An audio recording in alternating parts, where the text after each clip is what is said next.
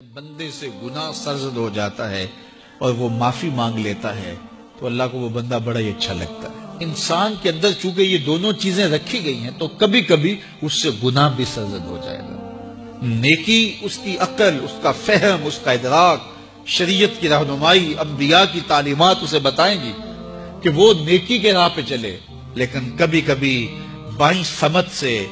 جو خواہشات اور آرزو ہے وہ بھی اس کو گھیر لیں گے اور اچانک اس سے کبھی کوئی گناہ بھی ہو جائے گا۔ اور اگر اچانک اس سے کبھی گناہ ہو گیا، کبھی آنکھ بھٹک گئی، کبھی خیال بہک گئے، کبھی سوچ میں آوارگی آ گئی، کبھی زبان نے میلا لفظ بول دیا تو پھر کیا ہے، پھر فوری معافی مانگ لے۔ مومن جب گناہ کرتا ہے تو ایسی کیفیت ہوتی ہے جیسے ابھی احد پہاڑ تلے آ گیا ہے، اگر اس نے توبہ نہ کی تو کچل دیا جائے گا۔ اللہ اکبر، تو پھر فوری معافی مانگتا ہے تو یہ اللہ کو بڑا ہی اچھا لگتا ہے۔ اللہ کہتا ہے فرشتوں سے کہ دیکھو میرا بندہ آخر میری دہلیز پہ آیا ہے، تم گواہ ہو جو میں نے اس کے سارے گناہ معاف کر دیے۔ تو گناہ کے بعد جو شرمندگی ہے، دیکھیے ایک اور جملہ کہتا ہوں، نیکی کرنے کے بعد جو تکبر پیدا ہوتا ہے، میں بڑی نیکی کر لی ہے، اور باقیوں کو بندہ حقیر سمجھنے لگتا ہے، اور اس سے کوئی غلطی سرزد ہو جائے اس کے بعد شرمندگی ہوتی ہے اور اپنے آپ کو چھوٹا سمجھنے لگتا ہے اور اللہ سے معافی مانگتا ہے، تو اس نیکی کرنے کے بعد وہ جو آپ کے اندر تکبر اور رعونت اور عجب پیدا ہوا، اس سے کہیں بہتر ہے کہ آپ سے اگر کوئی خطا سرزد ہوئی تھی تو اس سے آپ کے اندر عجز اور توبہ کا جذبہ پیدا ہوا۔ اور اللہ کو یہ بڑا پسند ہے کہ کوئی بندہ، چونکہ ممکن ہی نہیں ہے کہ جب انسان ہے اس کے اندر یہ خواہشات رکھی ہیں تو کبھی اس سے، یہ انبیاء کی ذوات ہیں جو پاک ہیں، باقی کبھی کچھ خطا سرزد ہو جائے گی، اس سے معذرت کر لے۔ تو آپ نے نام سنا ہوگا ایاس کا، محمود غزنوی کا بڑا محبوب وزیر تھا اور بہت زیادہ بادشاہ اس سے محبت کرتا تھا، تو آیان سلطنت جلتے تھے، تو بادشاہ گاہے گاہے کوئی ایسا منظر ان کو دکھلاتا کہ اس سے میں خاص پیار کیوں کرتا ہوں۔ ایک دن بادشاہ کے ہاتھ میں موتیوں کی بھری ڈبیاں تھی اور محل کے اندر یہ ایک حوض تھا، تالاب تھا، تو اس کے اندر اس نے وہ سارے موتی پھینک دیے۔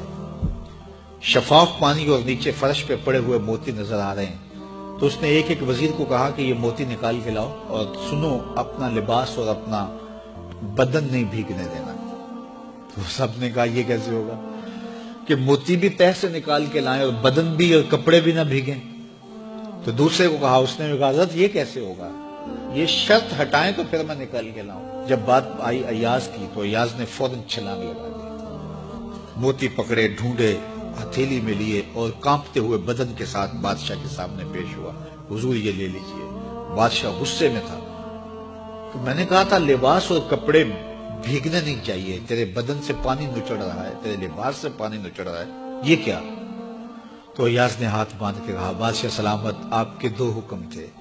ایک حکم یہ تھا کہ موتی نکال کے لانے، دوسرا حکم یہ تھا کہ کپڑے اور بدن بھیگنا نہیں چاہیے۔ ایک کام میں نے کر دیا ہے، دوسری غلطی ہو گئی ہے، معافی چاہتا ہوں۔ تو کہا وزیرو یہ ہے خوبی اس کی، تم نے کہا ہم کیسے نکال کے لائیں، اس تالاب میں اتریں گے تو بدن تو بھیگے گا ہی بھیگے گا۔ تو کہا جب شہوات دی گئی ہیں، خواہشات رکھی گئی ہیں، آرزویں دیوانی ہیں، اور پھر اس کائنات کے اندر رہ کر کے حضرت انسان کبھی تو اس تالاب کی غلاظت سے اپنے آپ کو بھر ہی دے گا،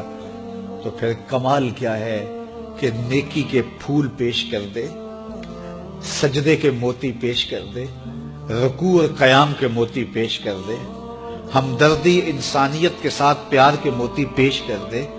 سارے موتی پیش کرے، پھر مالک کا جلال کہ تیرے کپڑے کیوں بھیگے، یہ گناہ کیوں کیا، یہ گناہ کیوں کیا، ہاتھ جوڑ کے کہے مالک اس کی معافی مانگ،